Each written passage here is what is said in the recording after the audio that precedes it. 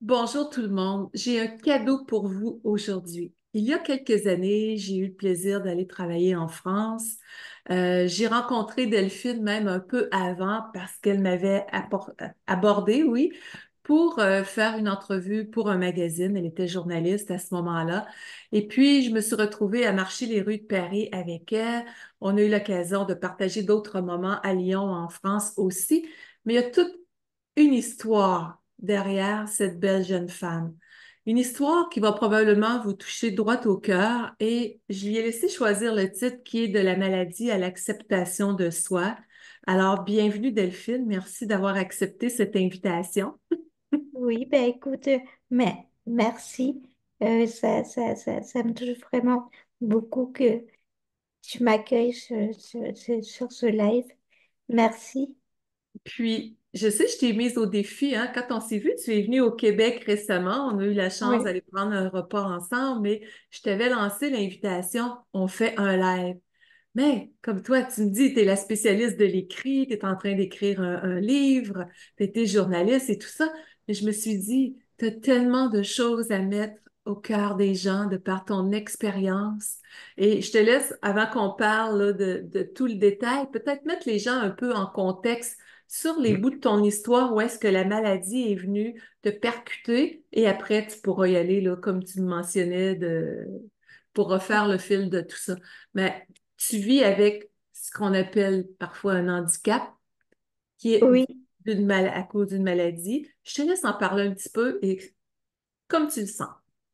c'est ça, c'est ça. Alors, bon, là, moi, j'ai une maladie génétique depuis toute petite et à 19 ans, j'ai eu une ostéonécrose, donc c'est une destruction des cartilages au niveau des hanches.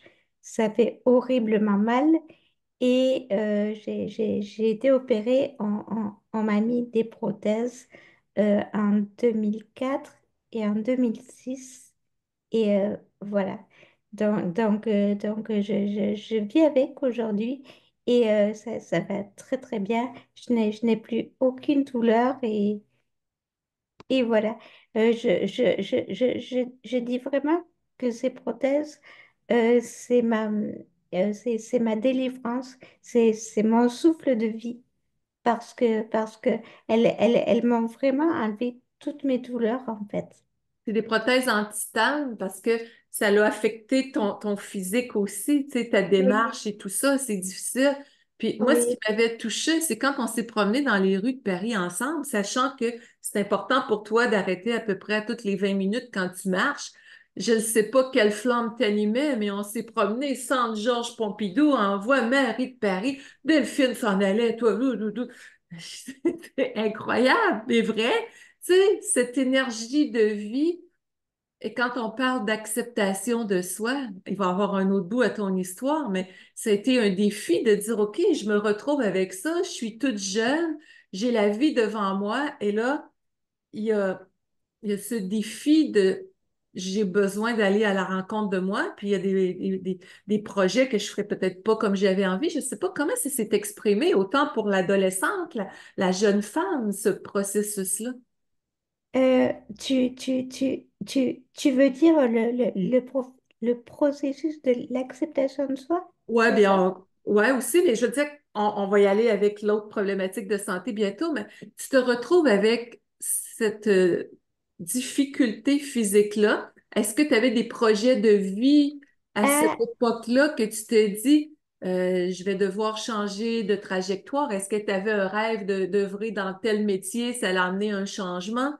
Comment ça s'est oui. vécu aussi? Oui, c'est ça. Ben, bon, là, moi, j'avais le rêve de voyager aux États-Unis pendant un an parce que je voulais devenir bilingue parce que j'adore l'anglais.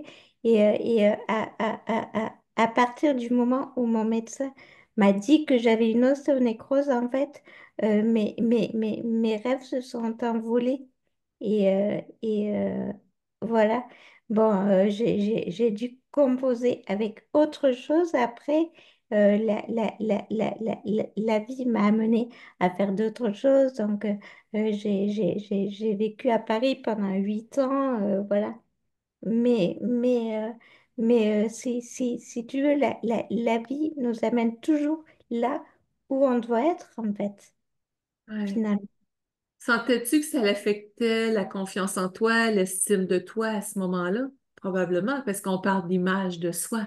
Donc, Ouais, c'est venu sûrement te percuter à ce niveau-là, de là oui. ta démarche, là. Oui, oui, c'est ça, c'est ça.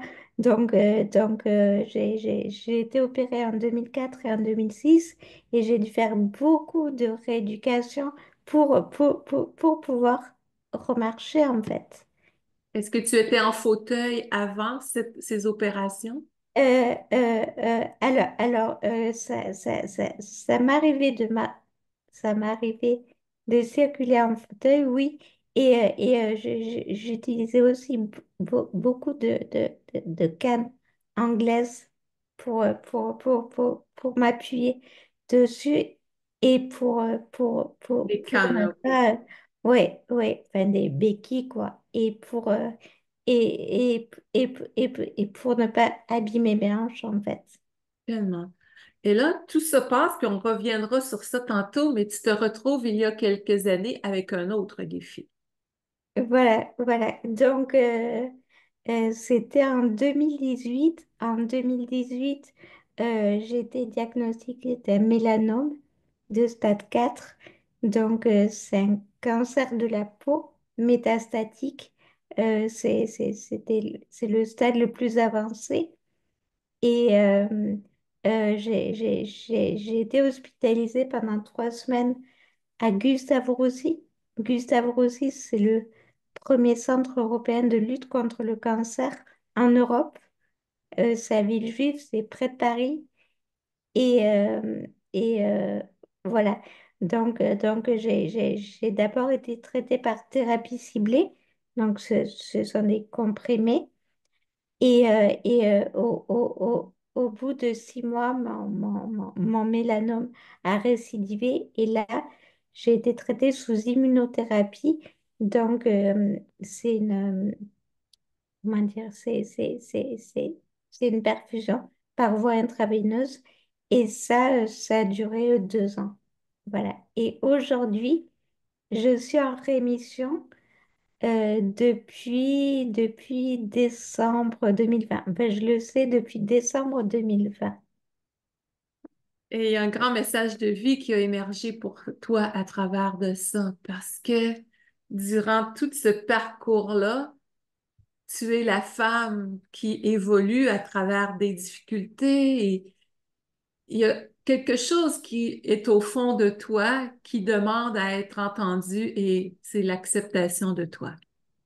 C'est ça, c'est Comment ça ça. s'est vécu? Qu'est-ce qui a été le déclic pour toi?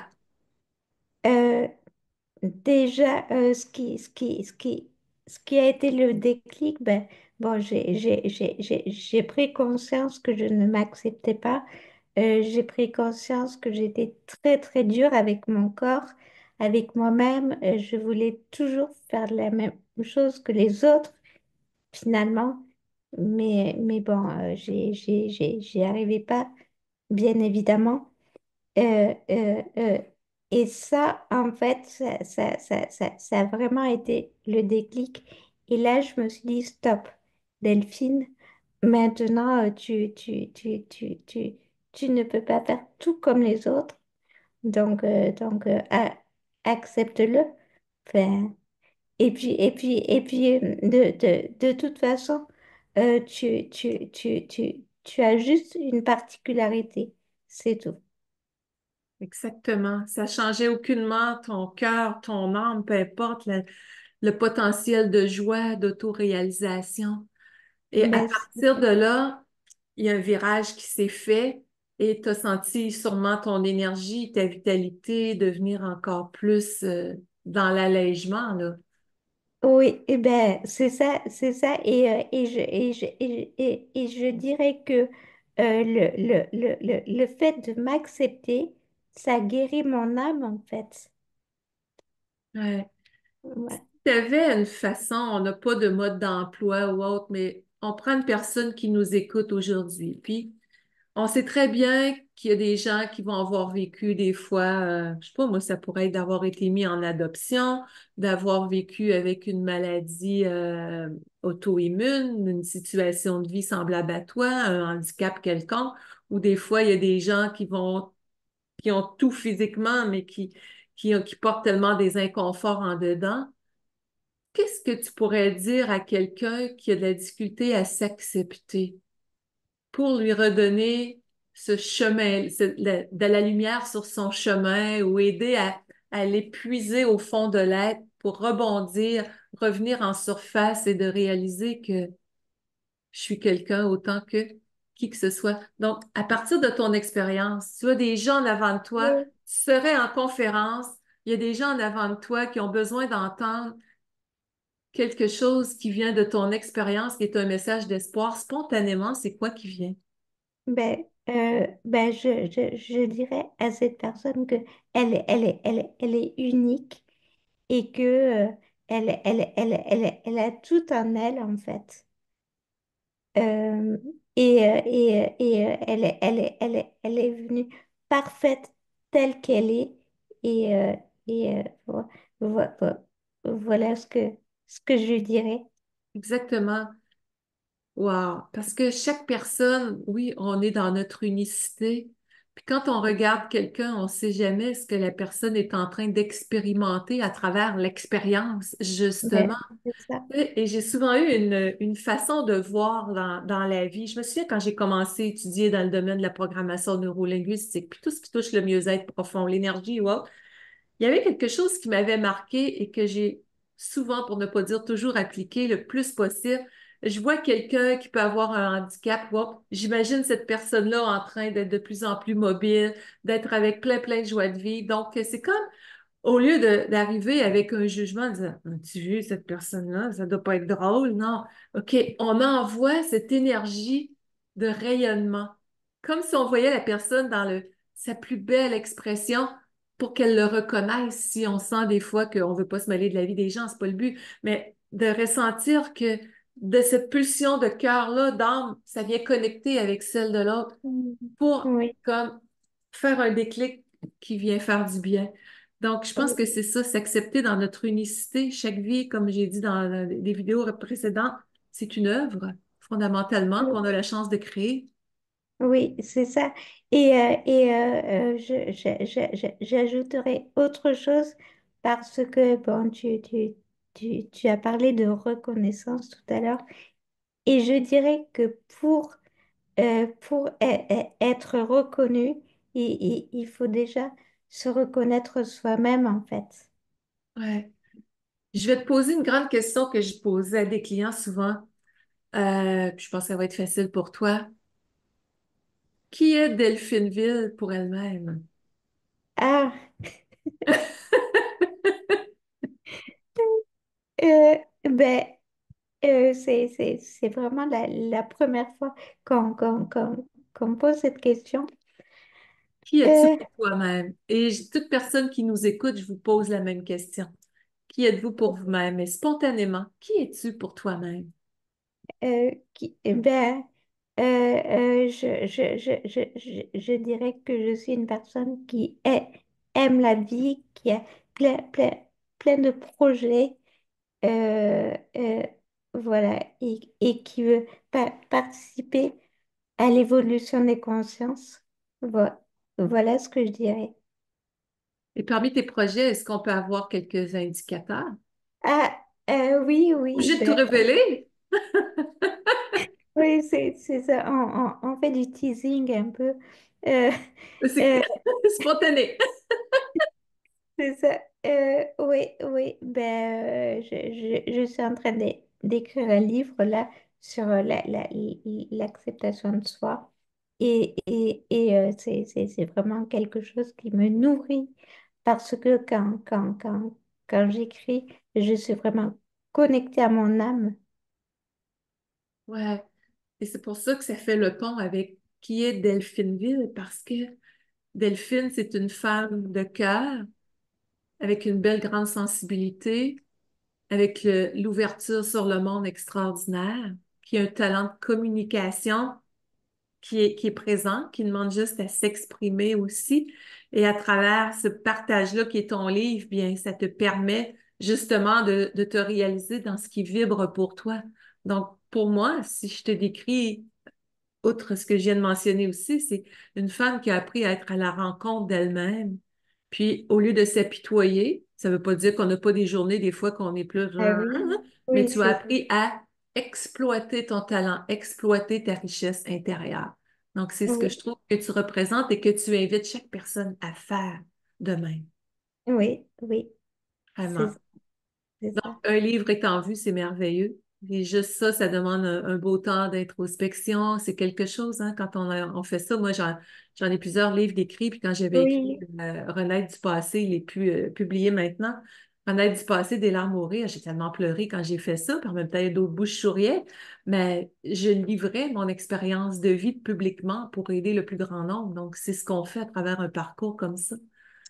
oui. Est-ce que tu prévois un site Internet éventuellement où est-ce que les gens pourront te rejoindre pour Euh, se procurer euh, ton livre ou autre euh, de tes services?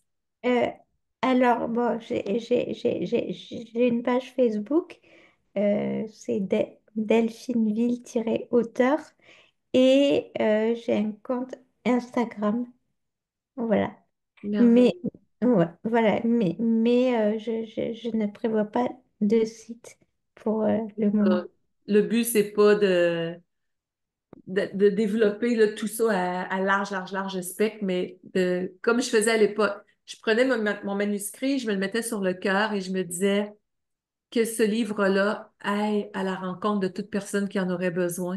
Donc, de Ben oui, là, oui. la diffusion se fait, le bouche à oreille et autres. Donc, c'est vraiment merveilleux. Est-ce que tu avais autre chose à rajouter en guise d'inspiration finale à ce bel entretien? Euh, euh, je voudrais dire à tout le monde, mais merci de m'avoir écouté et merci Aline de m'avoir invitée. Ça m'a vraiment beaucoup touchée soyez heureux et, euh, vous êtes responsable de votre bonheur, je dirais. Ben, on est tous responsables de son bonheur. Ouais, tellement. Puis d'aller chercher les outils au besoin aussi. Tu sais, Ben, quelque chose que oui, tu as fait, d'aller faire des démarches en ce sens. Alors, également, se donner le droit d'être supporté, se donner le droit d'être aidé, se donner le droit d'être aimé et de s'aimer. oui, c'est ça, c'est ça. Je dirais que l'acceptation de soi, c'est vraiment la première étape vers l'amour de soi. Et l'amour de soi, ce n'est pas du tout narcissique, c'est vraiment se respecter, accueillir ses émotions, c'est- Ouais, ouais. être dans cette puissance de reconnaissance envers soi, on n'enlève rien à personne à ce niveau-là, Mais, au contraire. Donc, on est né pour rayonner notre essence, pour aller à la rencontre de tout ce qui demande à se déployer. Bien, merci infiniment. Alors, vous avez Delphineville sur Facebook, trait d'union auteur. De mon côté, lynnbolduc.com, vous avez mon blog qui est là avec plein de ressources gratuites. Vous avez mes livres sur la section boutique. Mes livres ne sont pas disponibles en magasin, seulement sur mon site Internet. Il y en a sur la joie de vivre et le rire. Euh, mais le rire qui transforme la joie de vivre. Le sous-titre, c'est Réveiller son médecin intérieur. Donc, on parle de confiance, d'estime de soi. J'en ai un émotion, joie de vivre et auto-guérison, la conscience au-delà des mots. C'est pas un hasard si je m'intéresse à des choses comme Delphine peut apporter parce que on a ce rôle aussi, quand tu parles de l'acceptation, de l'amour de soi, oui, de cultiver notre joie, notre bonheur. Mais quand on est dans cet espace-là à l'intérieur, dans cette conscience, à la rencontre de soi, on stimule aussi notre système immunitaire. Donc, c'est un grand chef d'orchestre. C'est pas là juste pour des microbes, mais c'est là pour l'ensemble de notre vitalité, notre système immunitaire. Alors, c'est pour ça, entre autres, que Émotion, joie de vivre et auto-guérison, la conscience au-delà des mots, m'a été inspirée pendant une couple d'années, 2, 3 ans pour écrire ce livre-là, 2 ans et demi, plus spécifiquement à partir de ce qui se fait à travers le monde pour supporter les gens qui font des grandes traversées comme toi. Qu'est-ce qu'on peut faire pour soutenir notre santé, pour activer notre potentiel régénérateur? Donc, ce que tu as fait quand tu mentionnes que tu es en rémission, tu as aussi, en plus des traitements, activé ton propre potentiel régénérateur en allant justement faire cette introspection-là, puis faire cette réconciliation avec cette partie de toi qui demandait que tu fasses. Oui, c'est ça, tout à fait. Vraiment. Donc, je termine de mon côté, vous avez sur linbolduc.com aussi. Je me permets de mentionner les ressources parce que on veut être en équilibre dans notre vie. C'est beau d'être émissif, de donner, de donner, de donner, puis c'est beau d'être réceptif, réceptif aux compliments, réceptif à ce que la vie a à nous apporter.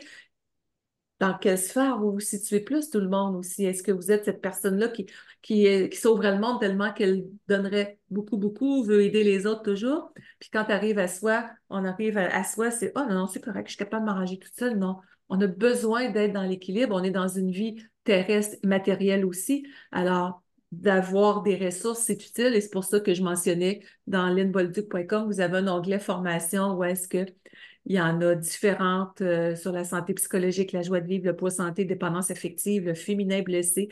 Bref, c'est une passion, cette transmission, comme tu le fais toi aussi à ta façon.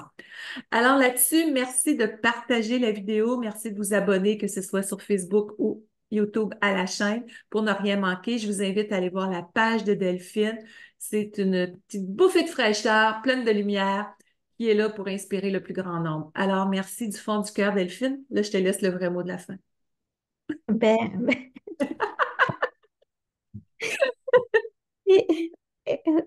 On dit beau oui, bye-bye. oui, ben, je ne sais pas quoi dire de plus. Donc, bon, je fais des gros bisous à tout le monde et voilà. C'est aussi simple que ça. Merci de m'avoir écouté. Voilà. Bisous tout le monde. Bye bye. Gros bisous. Bye.